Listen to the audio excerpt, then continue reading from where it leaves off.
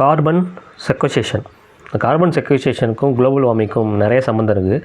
Carbon செக்வஸ்ட்ரேஷன்னா என்ன அர்த்தம்னா, முதல்ல நம்ம அட்மாஸ்பியரில் வந்து கார்பன் டை ஆக்சைடு அதிகமாகிட்டே இருக்குது. ஸோ அதனால தான் குளோபல் வார்மிங் அதிகமாகுது. அதனால தான் வந்து டெம்பரேச்சரும் அதிகமாகிட்டே இருக்குது. இது கார்பன் செக்வஸ்ட்ரேஷனாக என்ன அர்த்தம்னா, கார்பன் டை ஆக்சைடை அட்மாஸ்பியர்லேருந்து பிடிச்சி நம்ம எர்த்தில் அங்கங்கேயும் ஸ்டோர் பண்ணி வைக்கிறது. ஸோ அதனால் வந்து குளோபல் வார்மிங் வந்து கம்மியாகும்.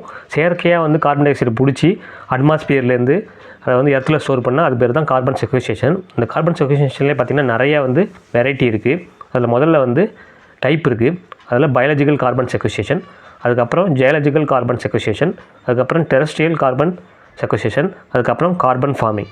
ஸோ இதன் மூலமாக என்ன ஆகும்னு சொன்னால், கார்பன் டை ஆக்சைடு லெவல் வந்து அட்மாஸ்பியரில் குறையும். ஸோ அதனால் என்ன ஆகும்னா, குளோபல் வார்மிங்கை நம்ம ரிவர்ஸ் பண்ணலாம். நம்ம 18th century industrial revolution start ஆச்சு.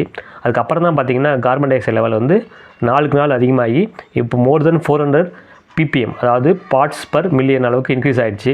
ஸோ அதனால தான் மோர் தென் 1.5 degree Celsius டெம்பரேச்சரும் அதிகமாகிடுச்சு குளோபலாக. இதெல்லாம் கண்ட்ரோல் பண்ணுறதுக்கு கார்பன் செக்வஸ்ட்ரேஷனை நம்ம ஃபாலோ பண்ணி குளோபல் வார்மிங்கை குறைக்கலாம், ரிவர்ஸும் பண்ணலாம்.